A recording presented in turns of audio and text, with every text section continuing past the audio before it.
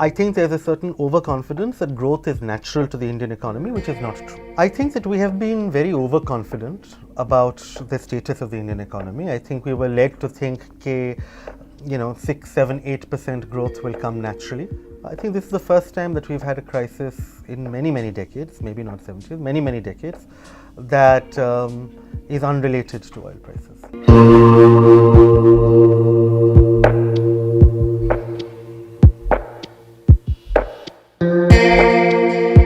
So as we know that economy is in a slowdown, there are divergent viewpoints on this. So my first question is very pertinent to us this time, that Mr. Modi has been claiming that India would achieve the $5 trillion target by 2025.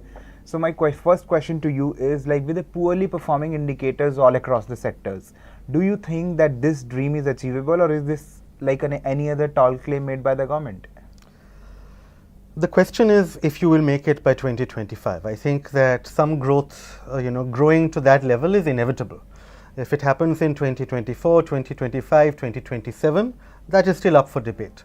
Definitely the last GDP numbers that have come out, they show that nominal GDP is increasing at 8%. That means in terms of current rupees.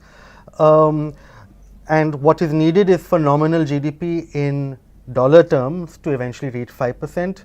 That requires around 12% nominal growth per year in India, and that we are 4% behind that level right now. So there is a big difference.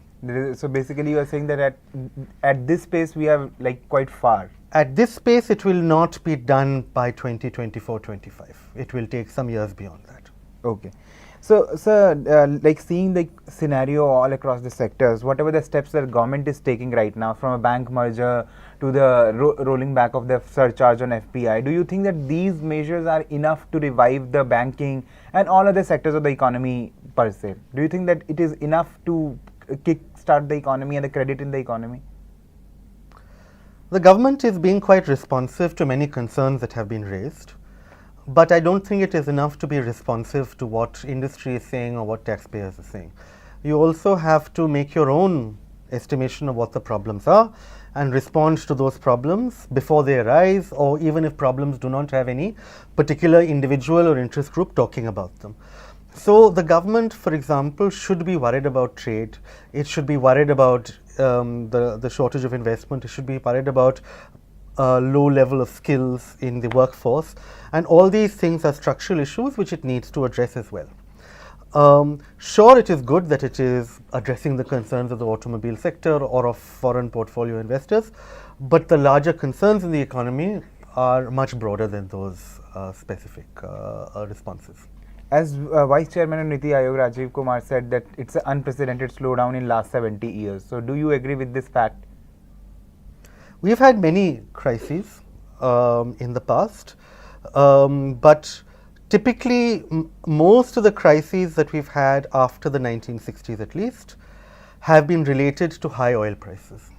Whether it was in 1991 after the Gulf War, whether it was 2012, 2013, the taper tantrum under Manmohan Singh, these are all at times when the price of oil had gone up. And we are a big oil importer, and it created a big pressure on the government and on the economy more generally. I think this is the first time that we've had a crisis in many, many decades, maybe not 70s, many, many decades, that is unrelated to oil prices. So what are the attributing factors to whatever the economic scenario right now is? So like what caused this kind of havoc in the economy, according to you? Where the government went wrong, where the policies went wrong? I think that we have been very overconfident about the status of the Indian economy. I think we were led to think, 6, 7, 8% growth will come naturally. I think at least they thought 7, 8% growth will come naturally. Then we started thinking at least 6 is the minimum, and we've now seen that even 6% is not the minimum. You can easily drop below that, and we may be even lower than the official statistics. So I think there's a certain overconfidence that growth is natural to the Indian economy, which is not true. And because of this overconfidence, we have not put into place across governments. I don't just mean Modi 2, I mean Modi 1, I mean UPA 2, I mean UPA 1. for many years, we have not put into place crucial reforms that people have been arguing for decades. You know, changes to labor law reform, changes to how land is bought and sold, all these things are taking very long. Our taxes are on companies have been, they've been promised to be reduced, but they haven't been reduced on a crucial number of large companies. So those companies are not investing. So these are long-term issues that have not been addressed. On top of those long-term issues, there are some short-term issues that have arisen. Because we don't have investment, we have been relying on consumption demand to grow the economy. Which means that as long as people are buying fridges or cars, some 7-8% growth has come. But at some point, consumption demand will slow down if there is no general, investment push in the economy. If all of us are feeling like we cannot spend on a new fridge or a new car, that means that manufacturing will slow down, and that is an issue that is the immediate issue that we are facing. So we have a combination of these structural long-term issues that we have not addressed, and over-dependence upon consumption, which has now stopped. So these two things have come together. When you compare the Manmohan regime, or UPA 1 and 2, and Modi 1.0 and 2.0, the economic policies and the budget they have presented, that this year budget was they did propound some big bang reform. So according to you, in terms of economic prudence, which government was performing much better? Neither the Modi government nor the Manmohan governments were united, had behaved the same way throughout their period.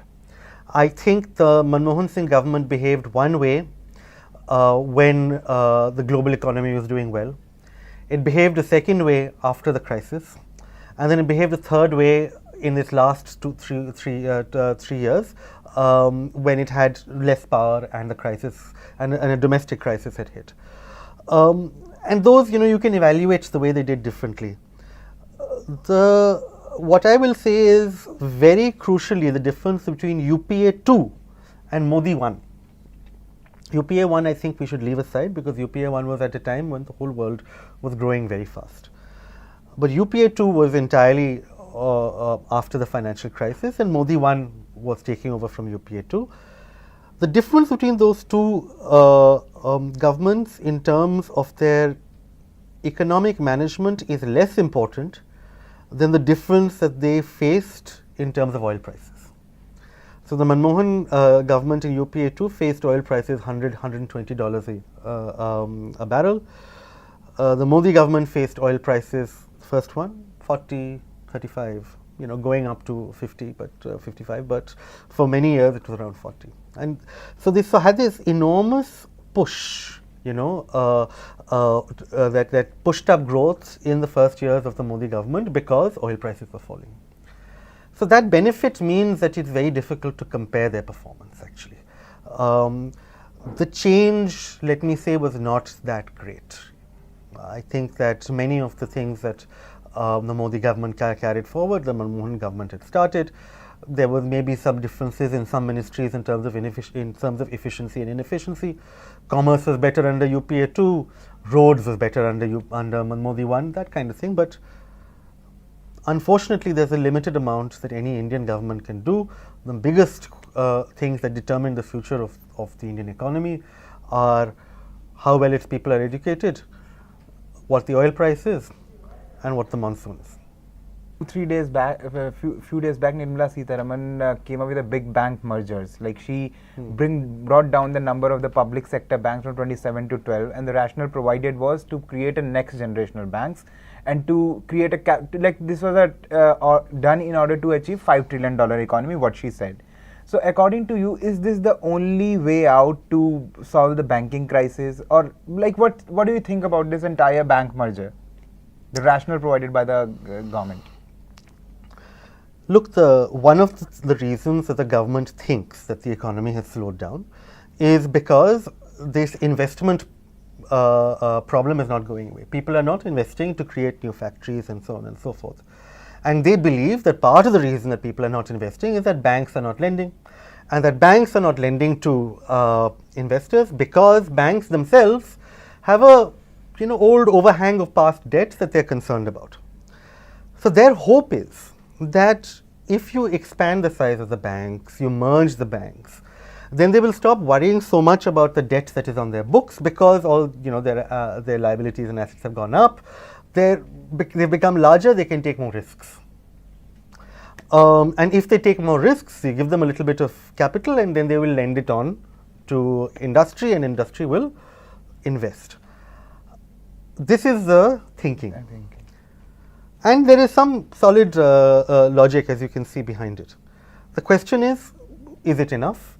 Will this actually lead to an investment revival? And I think that for many people, the answer is probably not. The investment revival is not just because of the bank slowdown. It is also because of uncertainty among investors about the future. It is because there is already overcapacity in many sectors, so nobody sees the need for investment. And even within banks, if you make a larger bank, will it make a better investment than a smaller bank? That answer is not certain. It depends upon the quality of controls within the bank structure. How distant is it from the government? Does it have an independent board? These are the bigger issues, much more so than the size of the bank. And here I think the bank merger was a problem, because what it has done is said that Bank A and Bank B, which are both public sector banks, they can be merged just because the finance minister says so. Their boards are not independent enough to say yes, no, we don't think this is good for the bank, we think this is bad for the bank, whatever. When independence of boards and management from the finance ministry is the most important thing, this is pushing that back a bit. And now that 1.76 lakh crores of the big hollow that was shown in the budget, now the same amount is decided by RBI to transfer to the government. So that amount recommended by Bimal Jalan committee, do you think that it's going to change it's going to improve the condition of the economy in the country? Where the government is going to spend, or is it going to be in capital expenditure or revenue expenditure? I think the government had a big hole to fill because of its past, because of its error in budgeting. And some of that hole will be filled by the additional RBI transfer. And rest of the hole will be filled by, today or yesterday they announced that they would be selling BPCL, and to IOL and so on and so forth. So some of this stuff that they've been doing in the past couple of years, sell one PSU to another and pick up for profit. This is how they'll fill it. I have every expectation that they will at least show that they've met the fiscal deficit target.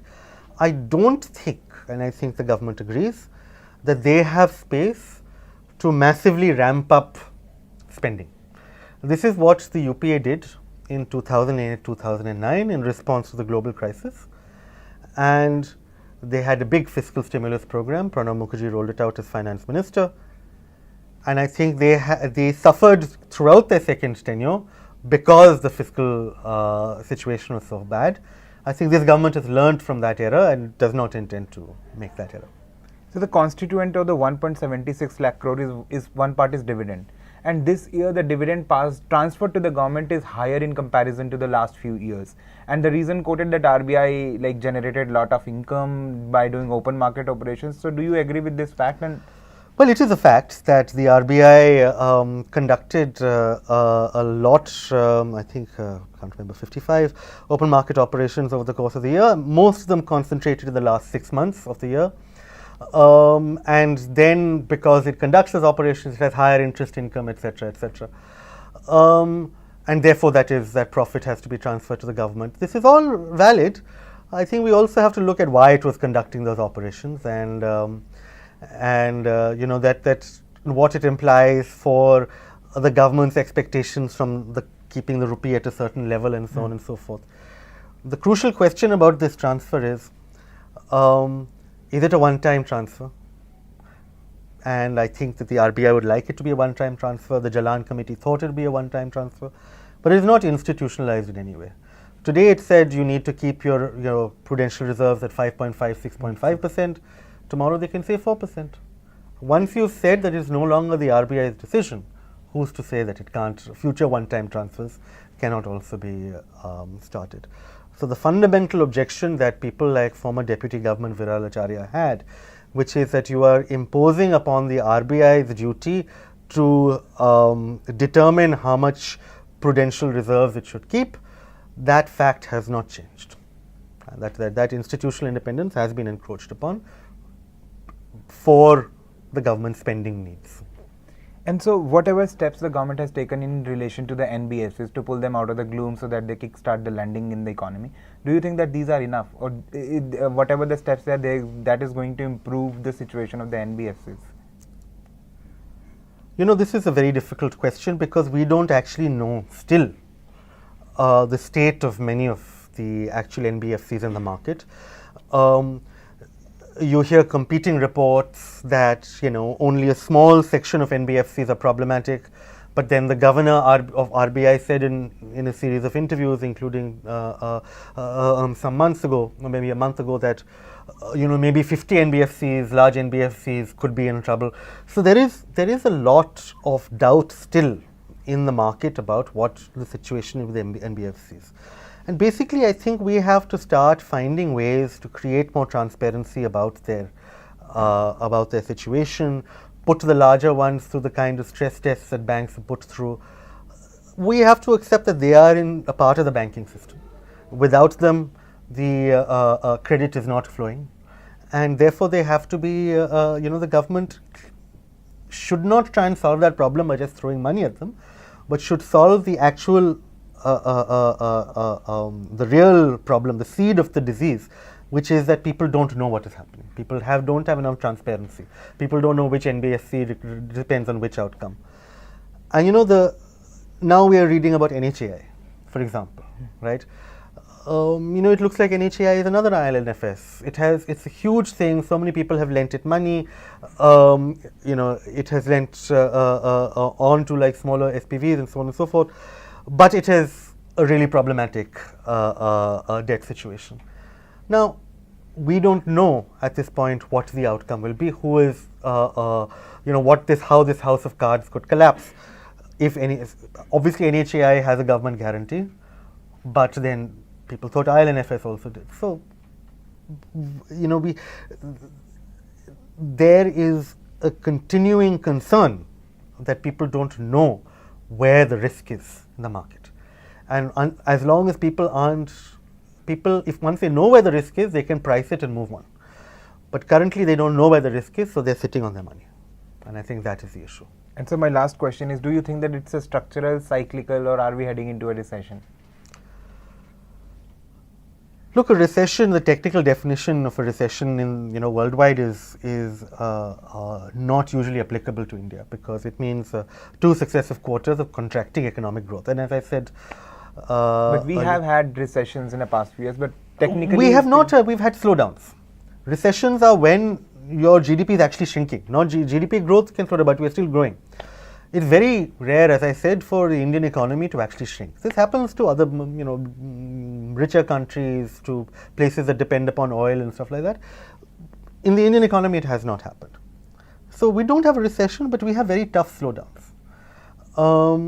Are we in the middle of one? And if so, is it structural? That means it will continue. Is it cyclical? That means it will recover.